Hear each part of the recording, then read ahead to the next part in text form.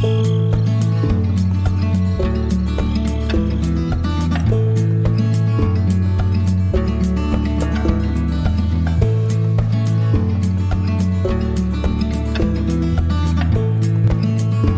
morning, everybody.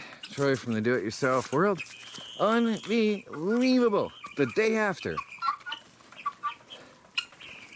This was all snow yesterday. Granted, not as heavy because of the pine trees. But this you will recognize. Look at that. Look at that. That's insane.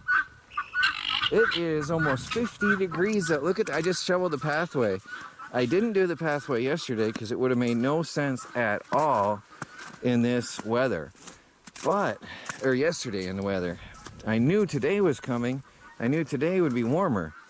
By the way, shoveling wet snow, warning, it can kill you. It is heavier and it is misleading very much. You wouldn't think that a small amount of snow would weigh so much, but wet snow is heavier. Weird, because fluffy it's not, but when it's wet it's heavier.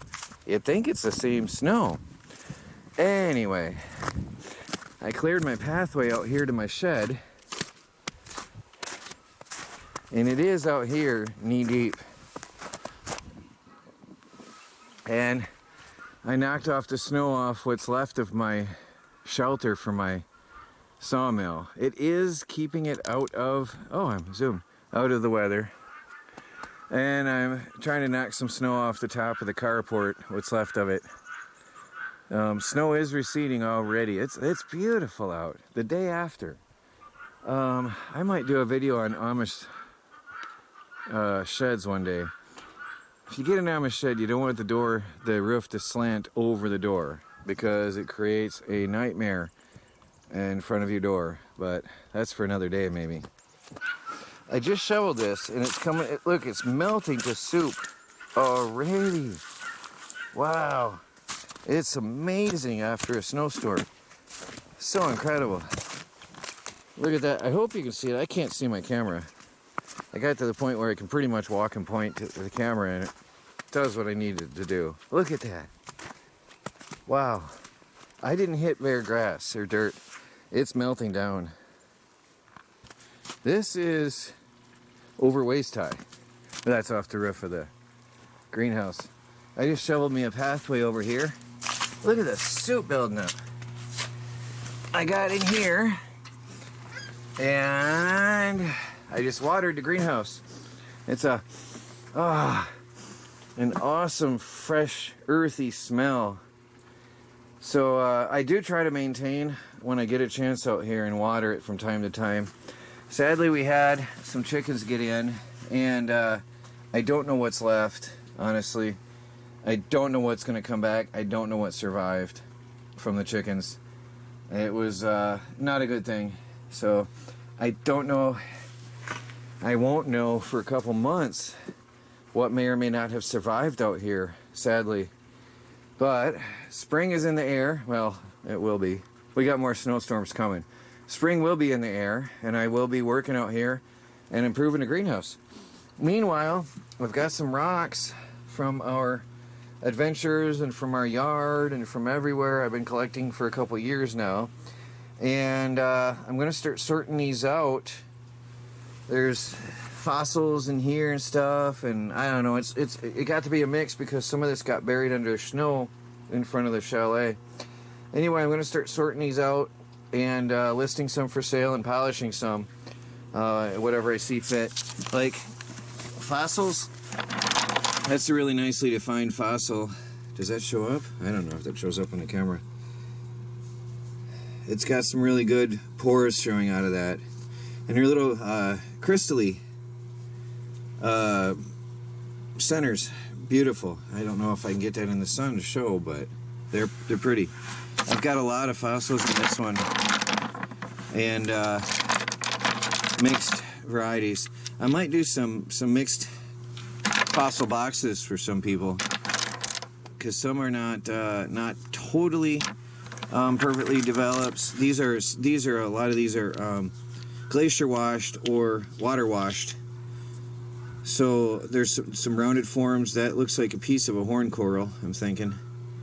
So yeah, there's a lot of bits and pieces, but they still can be cut and formed into beautiful pendants and things. And then I got some plates here, fossil plates. There's a nice long crinoid chunk. There's another one, a good one. Nice long chunk. There's a lot of stuff going on here. Some sand. I love the sandstone, Michigan sandstone. I wish you could polish it, but there's really not a lot you can do. The Michigan sandstones just have some really pretty mottled colors in them. Anyway, that's one of the things I'm doing, getting things sorted out. By the way, it's 60 degrees in the greenhouse right now. How insane is that? 60 degrees right now. So I might actually do some sorting out here of some of my rocks on the top shelf for now, and then very soon we'll start getting to work on seedlings. But we still have a couple storms coming. Hey guys, this is Troy from the Do-It-Yourself World.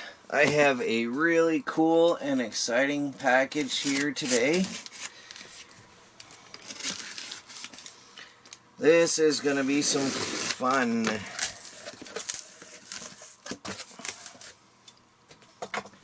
This is from a company called Vivor. Actually, it's the same company that I got my river sluice box, the big 52-inch sluice from, or folding 50-inch, I think it was, sluice. This is a propane melting furnace. Now, you might not know what that is yet, but it's going to be clear in a little bit here why this is so exciting and so cool. I think I'm going to have to move the box a little bit. We have here a propane regulator and hose and screw in end. I'm going to put things down here and open them up like this. This is sort of big. Here we have a part of the nozzle, the tube. And here we have a handle.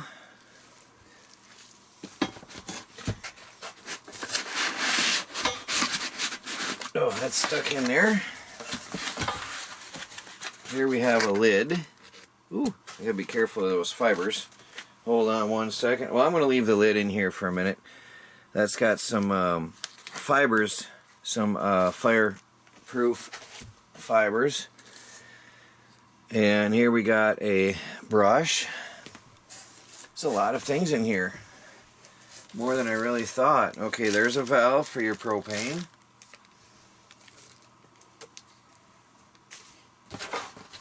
Here is some tongs. Now some of you might know what we got already when I got the tongs out. Alright. We got some tongs there. And now we've got the bulk of the package. Pull it out. And there's another. Oh, they did put... Cool, there's refractory cement in the package. Yes, I forgot about that. That is included. So, here we have the main package. I don't know. Yes, you can still see what I have here. This is gonna be so much fun and so cool. This is a propane smelting furnace. So a lot of this you're going to see here just for fun. I don't know if I want to put gloves on for that. That looks a little dirty. There's a crucible. Is that going to fit? Yeah, it's going to squeeze out.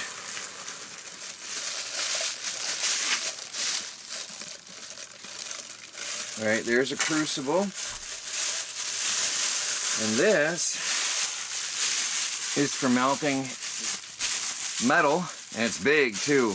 I think this was a 12-pound capacity, this one. I'll have to double check the specs later. But that is where you melt your metal into. And then in here, oh wow, that's insulated. It's so cold up in there. And here is a fire brick.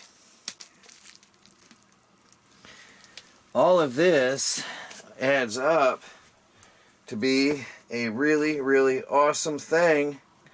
So, you guys remember I went up in the Michigan UP to the mines, and I brought back a mess of ore samples, copper ore samples. And I happen to have some higher quality ones right here that I'm actually listing for sale on Northern Prospectors. But you see the copper is really random speckled up in there, and it's you couldn't do anything with that copper in a specimen like this if you wanted to. These specimens actually are beautiful for polishing and putting up on display as is because of the different various minerals and crystals in there and the beauty of the natural copper. But I do have some low-grade ore samples that I brought back with me where you can't see copper. They hit hot and heavy on the metal detector, but you can't see any visible copper. And it's more of a granular malachite type of an ore, and I'll show you that later on. And the cool thing is, I'm going to smelt that ore down my own self after I learn how to do all this. This is all new to me right now, but once I get familiar with this and I get comfortable with it, I will be smelting those ores down into copper, and then I'm going to cast my own coins and put them on the store and give them as gifts. Now, how cool is that? So, there's the Weaver smelting furnace. Really, really cool. So, I am absolutely going to have to read the instructions on this and see how this is supposed to work. And I'm going to also have to buy a form for me to melt my coins into.